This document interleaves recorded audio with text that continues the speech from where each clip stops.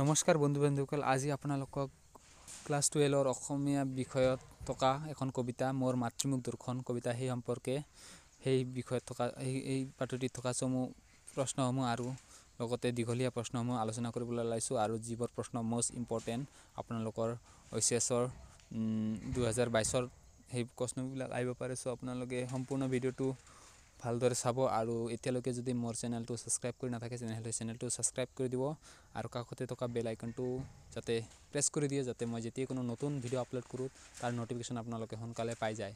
চ' দেৰি নকৰি ভিডিঅ'টো আৰম্ভ কৰোঁ। চ' প্ৰথমতে সমূহ উত্তৰবিলাক প্ৰশ্নবিলাক আলোচনা কৰোঁ 1 মাৰ্কৰ। চ' প্ৰথম কুৱেশ্যনটো হ'ল মোৰ মাতৃমুখ দৰ্শন শীৰ্ষক পাঠটি ক'ৰ পৰা সংগ্ৰহ কৰা হৈছে। এইটো কুৱেশ্যনটো মষ্ট ইম্পৰ্টেণ্ট।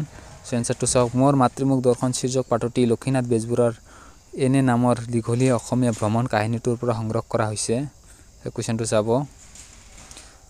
নেক্সট কুৱেশ্যনটো হ'ল সম্বলপুৰ ভাৰতৰ কোনখন ৰাজ্যত অৱস্থিত। উত্তৰটো হ'ল সম্বলপুৰ ভাৰতৰ উৰিষ্যা ৰাজ্যত অৱস্থিত। নেক্সট কুৱেশ্যনটো চোৱা, বেজবৰুৱাই মাতৃমুখ দৰ্শনৰ বাবে ক'ৰ পৰা ক'লৈ যাত্ৰা কৰিছিল। এনচাৰটো হ'ল বেজবৰুৱাই মাতৃমুখ দৰ্শনৰ বাবে উৰিষ্যাৰ সম্বলপুৰৰ পৰা অসমলৈ যাত্ৰা কৰিছিল। নেক্সট কুৱেশ্যনটো হ'ল 1930 চনৰ 19 ছেপ্টেম্বৰত সম্বলপুৰৰ পৰা অসমলৈ যাত্ৰা কৰোঁতে বেজবৰুৱাৰ সংগী কোন আছিল। এনচাৰটো চাওক, 1930 চনত 19 ছেপ্টেম্বৰত সম্বলপুৰৰ পৰা অসমলৈ যাত্ৰা কৰোঁতে বেজবৰুৱাৰ সংগী আছিল তেওঁৰ সহধৰ্মিনী পদ্মা সুন্দৰী আৰু তেওঁৰ সৰু জীয়ৰী, অৰ্থাৎ তেওঁৰ স্ত্ৰী আৰু তেওঁৰ এজন সৰু ছোৱালী আছিল। 1930 চনৰ 19 ছেপ্টেম্বৰত তাৰ সৈতে সম্বলপুৰৰ পৰা অসমলৈ যাত্ৰা কৰিছিল। কুৱেশ্যনটো ভালকৈ চাব, এইটো কুৱেশ্যনটো ইম্পৰ্টেণ্ট আছে। নেক্সটত চোৱা, লক্ষীনাথ বেজবৰুৱাৰ ৰচিত এখন ধেমেলীয়া নাটকৰ নাম লিখা। লক্ষীনাথ বেজবৰুৱাৰ ৰচিত ধেমেলীয়া নাটকৰ নাম হ'ল লিটিকাই।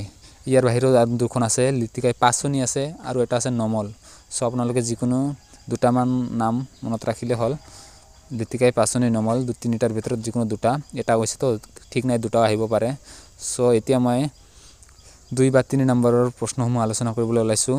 চ' প্ৰথম কুৱেশ্যনটো হ'ল মোৰ মাতৃমুখ দৰ্শন শীৰ্ষক পাঠটিৰ নামকৰণৰ তাৎপৰ্য ব্যাখ্যা কৰা। নামকৰণৰ উদ্দেশ্য বা কিয় নামকৰণ কৰিছে তাৎপৰ্য সেই ব্যাখ্যা কৰিবলৈ গৈছে। চ' এনচাৰটো চাওক, কৰ্মসূত্ৰে উৰিষ্যাৰ সম্বলপুৰত থাকিবলৈ যোৱা সাহিত্যৰথী বেজবৰুৱাই কৰ্মব্যস্ততাৰ বাবে দীৰ্ঘদিন ধৰি মাতৃভূমি অসমৰ পৰা আঁতৰি থাকিবলগীয়া হৈছিল।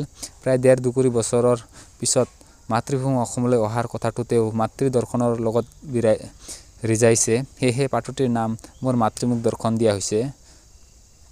নেক্সট কুৱেশ্যনটো চোৱা, মোৰ মাতৃমুখ দৰ্শন শীৰ্ষক মাতৃ শব্দৰে কি বুজোৱা হৈছে। কিমান বছৰৰ পিছত লেখকৰ মাতৃমুখ দৰ্শন হৈছিল। কুৱেশ্যনটো মষ্ট ইম্পৰ্টেণ্ট, আপোনালোকে ভাল কৰি প্ৰিপেয়াৰ কৰিব। মোৰ মাতৃমুখ দৰ্শন শীৰ্ষক মাতৃ শব্দৰে মাতৃভূমি অসমক বুজোৱা হৈছে। অসমৰ কথা বুজোৱা হৈছে মাতৃ শব্দৰে, মনত ৰাখিব। প্ৰায় 1.5 বছৰৰ পিছত লেখকৰ মাতৃমুখ দৰ্শন হৈছিল। 1.5 অৰ্থাৎ প্ৰায় 30 বা 40 বছৰ পিছত। 1.5 20 বছৰ হয়, সেয়েহে 1.5 কথা কোৱা হৈছে ইয়াত।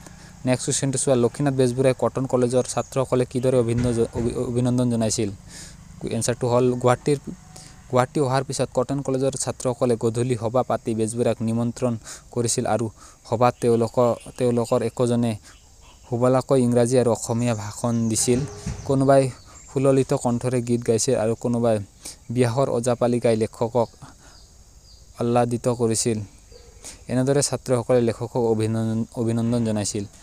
নেক্সট কুৱেশ্যনটো চোৱা, মোৰ মাতৃমুখ দৰ্শনৰ লেখকে উল্লেখ কৰা মজিও আৰু জ্ঞান কোন আছিল। এইটো কুৱেশ্যনটো মষ্ট ইম্পৰ্টেণ্ট, আহি থাকে।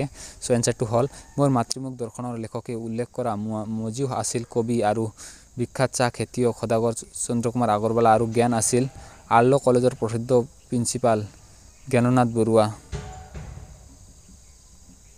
নেক্সট কুৱেশ্যনটো চোৱা, লক্ষীনাথ বেজবৰুৱাৰ গুৱাহাটীক ভাল লগাৰ 3টা কাৰণ লিখা।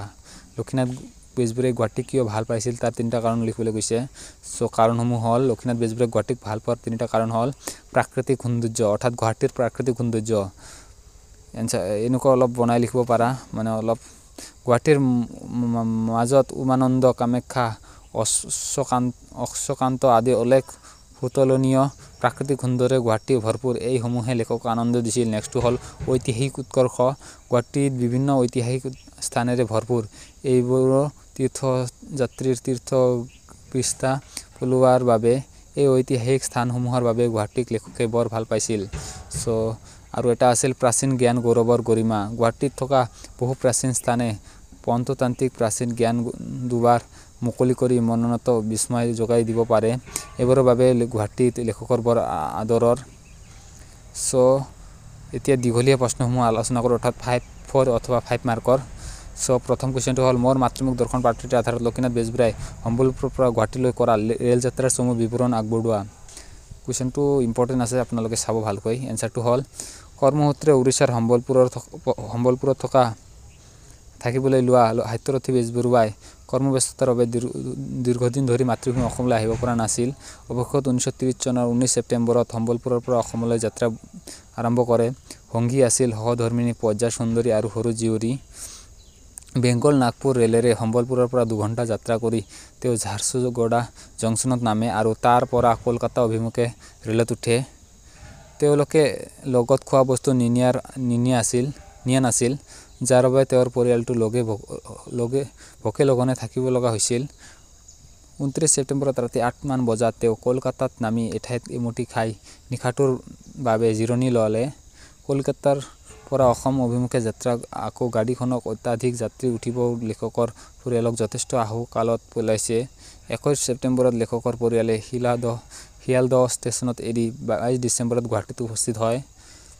নেক্সট কুৱেশ্যনটো হ'ল মোৰ মাতৃমুখ দৰ্শন পাঠটিত লেখকে উল্লেখ কৰা মহাদেৱৰ কৃষি কৰ্মৰ কাহিনীটো তোমাৰ নিজৰ ভাষাৰ লিখা।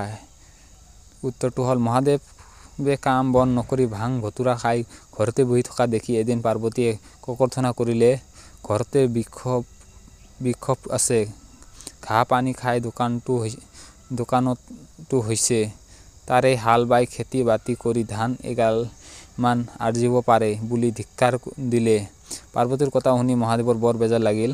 লগে লগে খেতি কৰিবলৈ যাবলৈ দৃঢ় সংকল্প ল'লে আৰু বৃষভৰ ওপৰত উঠি পথাৰলৈ গ'ল। কৃষিকৰ্ম আৰম্ভ হ'ল। কিছুদিনৰ ভিতৰতে খেতি কৰি গোটেইখন উদয়নদী কৰি পেলালে। সুবাস খোৱা গুচিল, ঘৰলৈ আহিব এৰিলে। ইফালে হিতে বিপৰীতে যোৱা পাৰ্বতী সমস্যাত পৰিল। গিৰিয়েকক ঘৰলৈ মাতি আনিবলৈ নন্দী ভংগিকা আদি কৰি জোৰে জোৰে মানুহ পঠিয়াবলৈ ধৰিলে, পিছে কামত নাহিল। এইবাৰ নাৰদক ৰিপুৱাব ধৰিলে।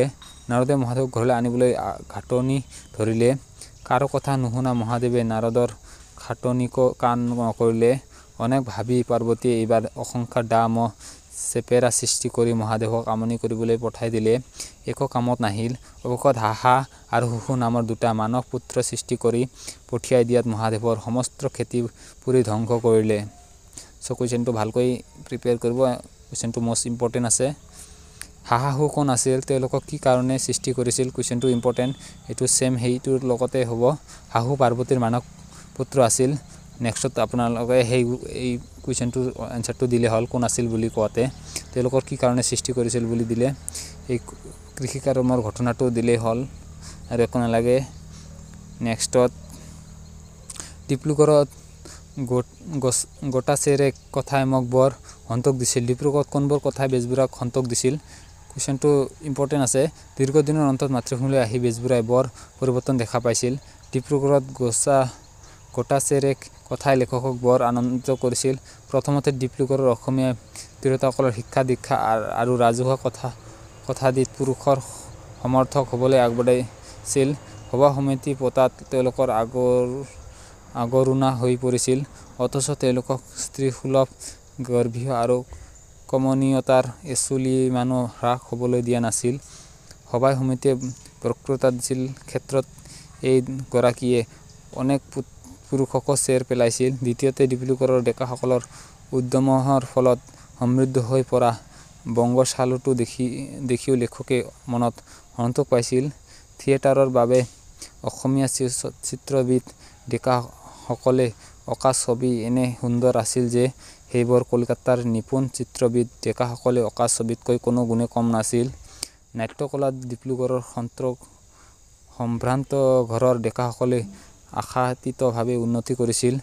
পেইণ্টিং আৰু ফটোগ্ৰাফীত মুক্তানাথ বৰদলৈয়ে কৃতিত্ব দেখুৱাইছিল। প্ৰভাতচন্দ্ৰ দাস আৰু জনদিয়েকৰ অভিনয়ে কলকাতাৰ বিখ্যাত অভিনেতাতকৈ কোনো গুণে কম নাছিল। এনেবোৰ কথাই লেখকক সন্তোষ দিছিল। চ' সেইখিনি আছিল আজিৰ ইম্পৰ্টেণ্ট। চ' ভালকৈ চাব সেইখিনি আৰু একো নালাগে। ইয়াৰ পৰা এইখিনি মষ্ট ইম্পৰ্টেণ্ট, চ' আপোনালোকে ভালকৈ চাব।